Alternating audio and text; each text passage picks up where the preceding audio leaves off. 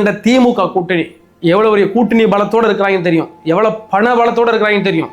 அவங்க அரசியலுக்காக எத்தனை பேரை கொள்வதற்கும் தயங்க மாட்டாங்கிறது உங்களுக்கு நல்லாவே தெரியும். அதனால சொல்றேன், இன்னைக்கு விஜய் அவர்கள் தனித்து களம் காண்கிறார். அவர் ஒரு இடத்துல கேண்டிடேட்டை நிப்பாட்டுவார். இன்னைக்கு திமுக 3000லேருந்து 5000 வரைக்கும் கொடுக்கறதுக்கான பிளான் நடந்துகிட்டு இருக்கு.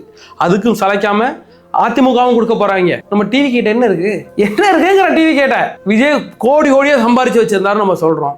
எல்லாத்தையும் இந்த அரசியல தான் போட்டிருக்கிறாரு. எவ்வளோ கூட்டங்கள், எவ்வளோ மாநாடுகள், எவ்வளோ செலவுகள்.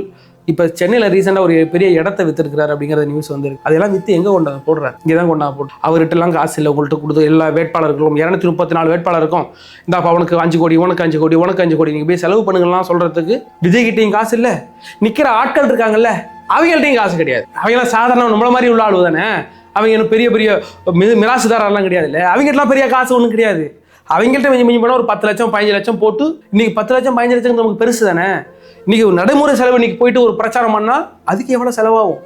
ஒரு மாசத்துல ஒரு நாளைக்கு 50,000லேருந்து 1 லட்சம் வரைக்கும் செலவாகும் ஒரு நாளைக்கு. அப்போ இந்த 30 நாள் எப்படி கடத்த போறாங்க? அதனால அவங்க லிமிட்டடாக தான் பட்ஜெட்ல தான் செலவு பண்ணாங்க. ஒன்று மட்டும்தான், உங்களால் முடிஞ்சா உங்கள் மூலமாக எப்படியாவது டிவி கேக்கு வாக்கு கேளுங்க.